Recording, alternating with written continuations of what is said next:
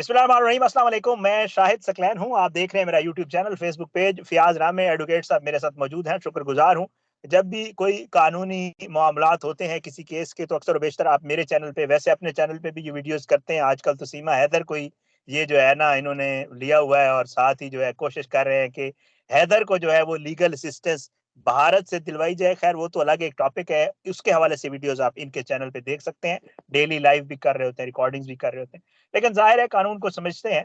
तो जो delivery boy वाला केस है, उसके ऊपर मेरी कोशिश होती है कि अपने किसी वकील दोस्त को साथ लेकर उसके ऊपर जो चीज़ें चल रही हैं, किस तरफ जा रही हैं, क्या रिज़ल्ट निकल सकता है इसमें से, जो जुडिशियल करने का पुलिस ने कहा है, उसका क्या सूरत-ए-हाल हो सकती है, जो शवाहिद इकट्ठे किए गए हैं, जो फोरेंसिक लैब से रिपोर्टें आई हैं, वो सारी चीज़ें मेरी कोशिश होती है कि उनको ज़रा, क्योंकि हम लीगली थोड़ा उसको डिस्कस करें। मैं शुक्रगुज़ार हूँ, गुज़श्ता रोज़ कुछ मेरे दोस्तों ने कमेंट किया हुआ था कि आप थॉरोली वीडियो करके आप हमें लीगल पॉइंट्स के हवाले से समझाते हैं। तो मैं वकील नहीं हूँ, मेरे यही दोस्त हैं, फ़ियाज़ रामे साहब हैं, 2-4 और दोस्त हैं, जो कानूनदान हैं, वो हमें गाइड करते हैं, हम लोगों को बताते हैं कि यार ये मामला हो सकता है। फ़ियाज़ भाई बहुत-बहुत शुक्रिया, मैंने अपना थोड़ा इब्तिदाइया लंबा कर दिया, आपको इंतज़ार करना पड़ा। फ़ियाज़ भाई, डिलीवरी बॉय केस आप वीडियोज़ कम कर रहे हैं, लेकिन ज़ाहिर है आप उसको फ़ॉलो तो अदालत में जाके भी कर रहे हैं, ज़ाहिर है मुझे पता है आप वहाँ जाते हैं।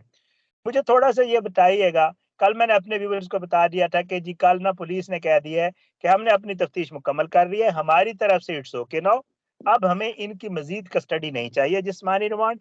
तो इस्तदा है अदालत से कि हम 13 रोज़ का रिमांड पूरा कर चुके हैं। उन्होंने साथ डिटेल भी बताई कि इतने-इतने दिन का हमने ले लिया और अब हमें इनकी कस्टडी नहीं चाहिए। तो बराए करम जो जज साहब हैं, वो इन लोगों को जो है वो जुडिशियल कर दें, और आपको पता है जुडिशियल 14 डेज़ का होता है। थोड़ा-सा मुझे एक तो तफ्तीश के हवाले से थोड़ा-सा बताइएगा। जुडिशियल करने का मकसद कल मैंने बता दिया था। मैंने कल अपने व्यूअर्स को ये भी बताया था कि अब आमना को राइट हो गया है। फरहान और आमना दोनों के को वो ज़मानत बाद अज़ गिरफ्तारी भी जो है वो अप्लाई कर सकते हैं। तो पुलिस ने ये क्या किया सर? थोड़ा पुलिस के किरदार के ऊपर रोशनी डालें। बहुत शुक्रिया शाहिद भाई। यहाँ पे तो सबसे पहले मैं आपका मशकूर हूँ कि आप इस केस को लेकर चल रहे हैं और एक मज़लूम शख्स की आवाज़ बने हुए हैं। मैं सर इसमें ये देखें कि सबसे पहली बात ये है कि पुलिस आहिस्ता-आहिस्ता अपने मौक़िफ़ से पीछे हट गई है और अपने मौक़िफ़ से पूरी तरह से फिर चुकी है। आप देखें कि डे 1 से अच्छा, अच्छा। मीडिया के ऊपर ये खबरें चल रही हैं और इन्वेस्टिगेशन ऑफिसर जो है राना सुहेल, वो भी बारहा इंटरव्यू दे रहे हैं जी, कि जी। हमने गाड़ी रिकवर कर ली है, हमने फोरेंसिक लैब के लिए एविडेंस बिल्कुल ऐसे कलेक्ट कर लिए हैं, हमने मोबाइल बिल्कुल फ़ोन ऐसे रिकवर कर लिए हैं। लेकिन जब वो अदालत में रिमांड बिल्कुल लेने ऐसे जाते हैं तो बात सामने आती है कि जनाब अभी तक हमें कोई प्रोग्रेस नहीं हुई और हुँ, हमें रिमांड के लिए वक़्त दिया जाए, हमने चीज़ें रिकवर करनी है। अब हुँ। अदालत में डे 1 झूठ बोलने की समझ नहीं आई।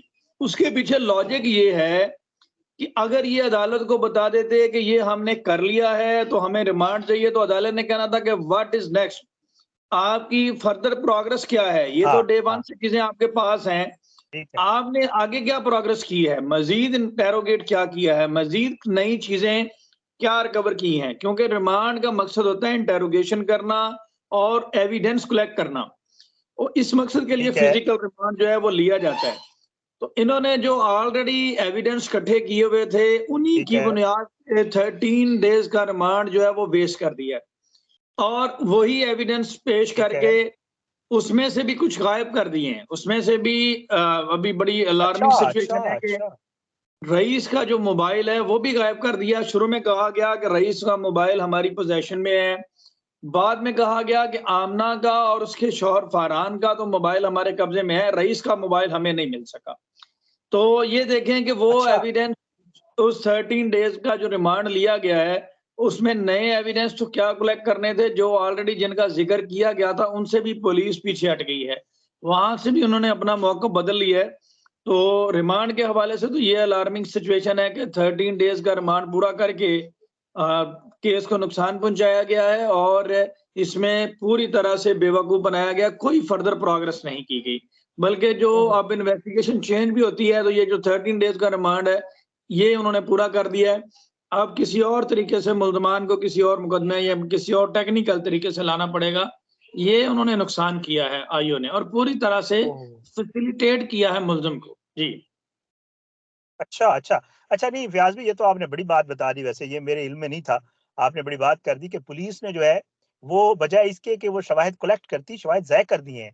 अब इसका असर क्या पड़ सकता है? रिलीफ़ के हवाले से बताएँ। मैं कल अपने व्यूअर्स को बताया कि जी ये मामला मुझे तो आमना की ज़मानत की तरफ जाता हुआ नज़र आ रहा है। ये पुलिस का किरदार इसमें बड़ा आपने तो शेकी है, पुलिस का किरदार तो इसमें वाज़ह नज़र नहीं आ रहा सर। सर देखें, शायद भाई आपने भी बहुत सारे मुकदमात में रोशनी डालते रहे हैं, 2000 केस में भी आपने देखा, नूर मुकदमे में भी देखा। पुलिस सिंध की हो, इस्लामाबाद की हो, पंजाब की हो, इनका किरदार तकरीबन एक जैसा ही है, ठीक है? ओह! अच्छा। और यहाँ पे आपको निगरानी खुद करनी पड़ती है। यहाँ पे मैं थोड़ा-सा देखना चाहता हूँ कि कंप्लेनेंट जो है उसकी बहुत बड़ी मिस्टेक है कि जिन दिनों में वकील की ज़रूरत होती है, उसमें उसने वकील अरेंज नहीं किया, 13 डेज़ उसने वेस्ट कर दिए। सेफ अच्छा, सिटी का अच्छा, रिकॉर्ड जो है वो वेस्ट हो गया। 1 मंथ का अच्छा। टाइम होता है, ठीक है? अब जो आपने कहा कि असर क्या पड़ेगा? अब अगर आप इन्वेस्टिगेशन चेंज करवाते हैं, तो जो 1 मंथ का बैकअप होता है, सेफ सिटी कैमरा का जो रिकॉर्ड होता है, वो पुलिस ने पहले कहा हमने रिकवर कर लिया जी।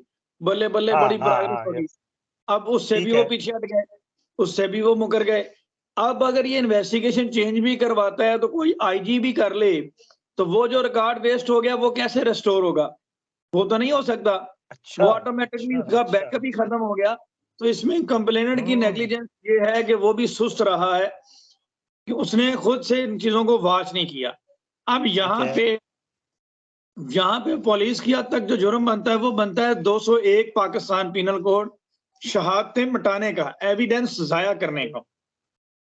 उसके ठीक लिए है। उसके लिए कंप्लेनेंट को एफर्ट करनी होगी और ये चीज़ें ऑन रिकॉर्ड लानी होंगी कि इन्वेस्टिगेशन ऑफिसर ने पहले कौन से एविडेंस कहे, फिर बाद में उनको ज़ाया किया। अब रईस का मोबाइल बड़ा इम्पोर्टेंट है। अब वो कहते हैं जी वो ठीक हमें है। मिला नहीं। आप बताएँ at the time of death last time जब उसका लोकेशन आया है, वो उसके घर में आया है फरहान के घर में, यस, ठीक है? उसके यस। बाद वो कहाँ चला गया? अब वो यहाँ से अब मुझे ये मालूम हो रहा है कि सपोर्ट कर रहे हैं फरहान के मौक़िफ़ को कि जी मैंने तो उसे तशद्दुद करके बाहर भेज दिया था, वो पता हाँ, नहीं वो तो कहाँ चला चला गया गया। था। हाँ, हाँ, यस, इस यस। चीज़ को सपोर्ट करने के लिए इन्होंने मोबाइल भी गायब कर दिया, पहले कहा कि मोबाइल। अब दूसरी बात ये है कि आमना के मोबाइल से चीज़ें डिलीट भी हो सकती हैं, आगे-पीछे भी हो सकती हैं। रईस के मोबाइल से असल वो च डाटा कलेक्ट होना था, जो आमना का किरदार मज़ीद खुलना था। अब वो उसको रिकॉर्ड पे ना लाना भी एक बदनीति है पुलिस की। तो ये ठीक है। केस को डेंट तो डाला गया है, केस को खराब तो किया गया है, लेकिन इसमें कंप्लेनेंट अगर कोई अच्छा वकील या विजिलेंट नज़र आता, तो शायद ये नौबत ना आती और इन्वेस्टिगेशन ऑफिसर के ऊपर चढ़ के उसकी खुद निगरानी करता और चीज़ों को मॉनिटर करता, तो शायद ये नौबत ना आती। जी। अच्छा नहीं फ़ियाज़ भाई एक चीज़ मुझे और भी बताएँ, ये तो आपने मेरे सवाल थोड़े बढ़ते जा रहे हैं आपसे। आपने बड़ी तशवीशनाक बात कर दी। मुझे ये बताएँ बेचारा वो जो भाई है रईस का, देखिए उनका बड़ा नुकसान हो गया है, अल्लाह रहम करे।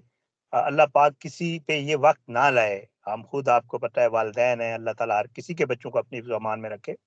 मुझे सिर्फ़ ये बताएँ कि वो बेचारे मुद्दई तो चीख रहे हैं, वो तो रो रहे हैं, मीडिया पे आके कह रहे हैं कि जी ये तो पुलिस हमारे साथ कोऑपरेट नहीं कर रही। इन्होंने थोड़ी उनको बताया कि जी हमने कौन से शवाहिद वो तो कहते हैं जी हमें तो इन्होंने कोई हमारे साथ तावन ही नहीं कर रहे, बता ही नहीं रहे कि इनको क्या मिल गया है, क्या नहीं मिला, त तफ्तीश कहाँ तक पहुँची है। तो इस सूरत-ए-हाल में सर वो बेचारे वो क्या करें? जो मतलब जिनका तो उधर से तो नुकसान हो गया, इधर से पुलिस ने भी अपना काम कर दिया, उनका ये डबल नुकसान हो गया कि खुदा न खास्ता जिस शख्स को कानून के कटघरे में होना चाहिए था, जिस शख्स को फांसी लगनी चाहिए थी खुद अगर उसने 302 किया है या इस तरह के मामलात, अब पुलिस उसको बचाने पे लगी हुई है या वो शवाहिद इतने कमज़ोर हैं कि खुदा न खास्ता कल को उसको कोई रिलीफ़ मिल सकता है। तो सर उसके घर वाले क्या करें? वो बेचारे तो वो तो फिर उनका क्या हुआ? वो तो उनका तो बहुत बड़ा नुकसान हुआ सर। जी, नुकसान तो बहुत बड़ा है देखें, सबसे बड़ा तो नुकसान ये है कि उनका बेटा जो है वो दुनिया से चला गया और हाँ, उसको इस यस, तरीके से जला के यस, तज़ीये यस, की गई। इससे बड़ा नुकसान क्या होगा? बिल्कुल ऐसा, हमारी हमदर्दियाँ भी उनके साथ हैं, लेकिन अनफॉर्च्यूनेटली बिल्कुल। पाकिस्तान का जुडिशियल सिस्टम आपको पता है, मैं अगर आपके लाइव सेशन में बैठकर अपने सर में खाक डाल लूँ, रोता रहूँ, पीटता रहूँ, मेरा ख़्याल है इससे अदालत को कोई फ़र्क नहीं पड़ेगा। कोई फ़र्क मुझे कोई फ़र्क नहीं। प्रैक्टिकली जाकर परफ़ॉर्म करना होगा, चाहे मैं गरीब हूँ, चाहे मैं अमीर हूँ, मेरे पास पैसा है या नहीं है, मुझे अपना केस खुद फ़ॉलो करना पड़ेगा। मैं कल-कलां को ये नहीं कह सकता कि मैं सदमे में था, ये अनफॉर्च्यूनेटली एक सिस्टम का हिस्सा है ये चीज़ें। और आप देखेंगे 2000 केस में जब जिब्रान हाँ, नासिर आए थे, तो उन्होंने सबसे पहली बात ये की थी कि मुझे कॉपीज़ तो सप्लाई करें। मुझे रिकॉर्ड तो दे मुकदमे का। हाँ, सिंध पुलिस भी रिकॉर्ड प्रोवाइड नहीं हाँ, कर रही थी, आपने देखा होगा। तो ये चीजें आम हाँ, आदमी को तो पुलिस प्रोवाइड नहीं करती। इसीलिए मैंने कहा कि अगर इन्होंने कोई वकील किया होता तो वो जुडिशियल मजिस्ट्रेट के जरिए या कोर्ट के जरिए वो रिकॉर्ड हासिल कर पाता और उसको एग्जामिन कर पाता और पुलिस को एक गाइडलाइन प्रोवाइड करता कि आपने इस डायरेक्शन में जाके एविडेंस कलेक्ट करने हैं और ये चीजें करनी है। और जो कंप्लेनेंट चीजें ऑन रिकॉर्ड लाना चाहता था वो आ ही नहीं सकी। तो वो एक वकील के जरिए लानी पड़ती थी, क्योंकि अब ये है तो सच है, लेकिन यहाँ पे जो अक्यूज पर्सन है वो बड़ा कनिंग है, वो बड़ा क्लेवर है और उसने पैसे के हाँ, बल पर, मेरा जहां तक एक्सपीरियंस है, पुलिस को मैनेज किया है और पुलिस बाहर नजर आ रही है उसको फैसिलिटेट करते हुए।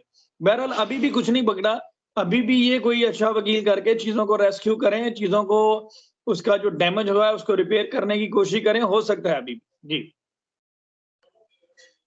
बेशक, बहुत बहुत शुक्रिया फयाज भाई, आपने मेरे लिए वक्त निकाला। कोशिश होती है कि जहां भी इस तरह के मामला होते हैं हम उसको जरा डिटेल में डिस्कस करें और गाइड करें लोगों को कि किस तरह हमारे पाकिस्तान में जो है मसाइल क्रिएट किए जाते हैं, इवन उन बेचारे लोगों के लिए जिनके साथ ऑलरेडी जुल्म हो चुका होता है, और फिर उनको जो है मतलब ये चक्कर लगाने भुगतना पड़ता है। बहरहाल अल्लाह सबको जी अपने हिफ्ज़ अमान में रखे, अल्लाह जो है यहाँ जालिमों को जो है वो बर्बाद करे और अपने अंजाम तक पहुंचाए और मजलूमों को इंसाफ मिले। फयाज भी अपनी दुआओं में जी याद रखा करें मुझे और फयाज भी को इजाजत दें, मैं इंशाल्लाह अगली मैं वीडियो में यहाँ मुलाकात पे होगी। जी जी जी जी जी। आपने उनकी माली हालियत के बारे में बात की, तो मैं यहाँ पे बताना चाहूँ कि अगर वो वकील नहीं कर सकते तो वो कोई अदालत को दरखास्त दे के स्टेट काउंसिल अपॉइंट करवा लें, यस, अदालत आई उन्हें नो, यस, यस, सरकारी यस। वकील अपॉइंट कर देगी, उससे कम से कम उनका, क्योंकि वो ले मैन है, वो टेक्निकलिटीज, लीगल टेक्निकलिटीज को नहीं जानते, तो उन्हें कोई हम्म। स्टेट काउंसिल मिल जाएगा जो उनकी रहनुमाई कर सके, जो उनके लिए बहुत जरूरी है। जी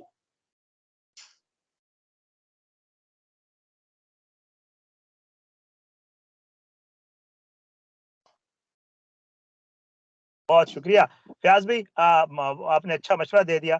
अगली वीडियो में इंशाल्लाह मुलाकात होगी। इजाजत दें। पाकिस्तान जिंदाबाद। अल्लाह हाफिज।